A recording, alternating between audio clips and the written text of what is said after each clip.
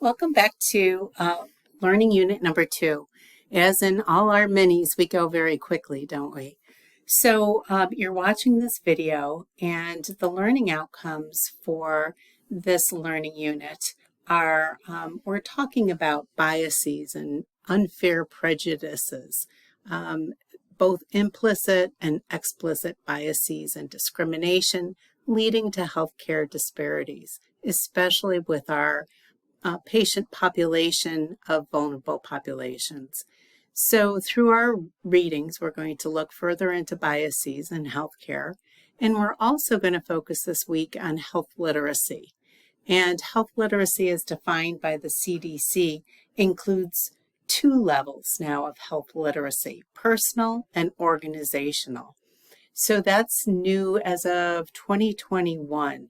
And I really want you to look at those 2 definitions and think about the organizational level, especially as we identify actions that nurses can take to promote equity in healthcare. So we're going to end the unit by completing and submitting assignment 1, which is an identification of our selected population. You signed up for your selected population in our first learning unit.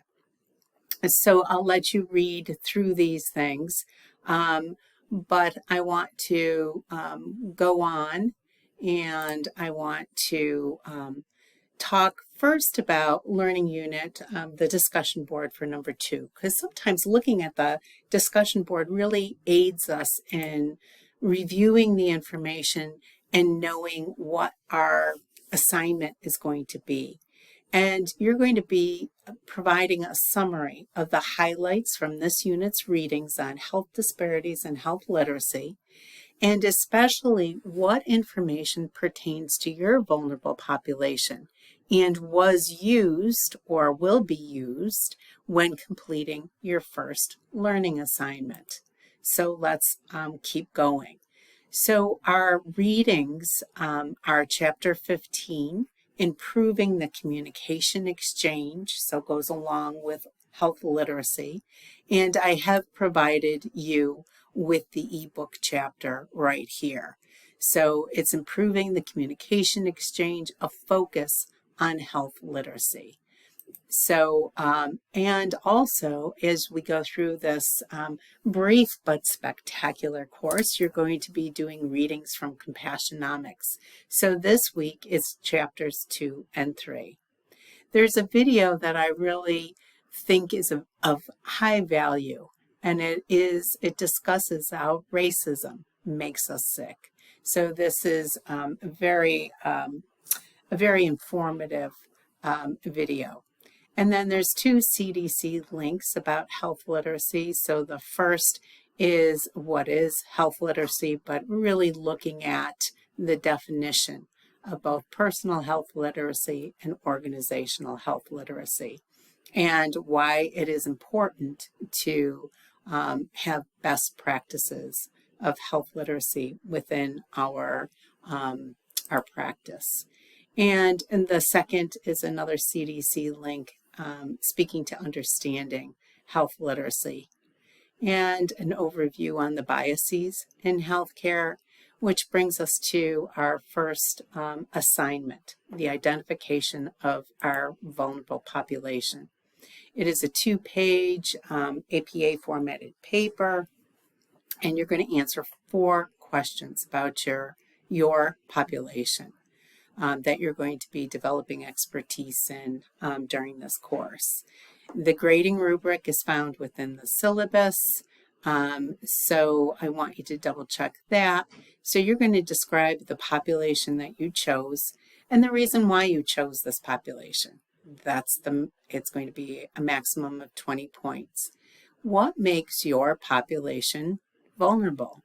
Include pertinent demographics of the population and also information that may be applicable on health literacy to your population.